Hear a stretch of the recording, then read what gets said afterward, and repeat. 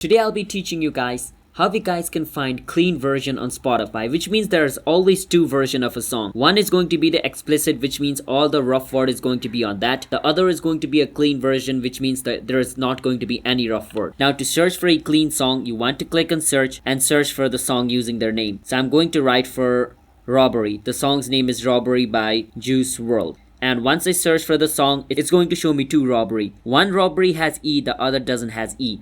The one with the E has all the rough words in it, and the one without the E is basically the clean one. So I need to click on the song without the E to listen to the one which has no rough word and is the cleaner version. You can also just turn on this option. You can click on your profile picture at the top left, click on settings and privacy. From over here you want to choose content preferences, and where it says allow explicit content, just turn it off. Once this is off, Spotify is no longer going to show you explicit content. So it's that way. So I hope you understand how we guys can find clean version on Spotify. If you guys found our video helpful, then hit the subscribe to our channel one step. I'll see you guys next time.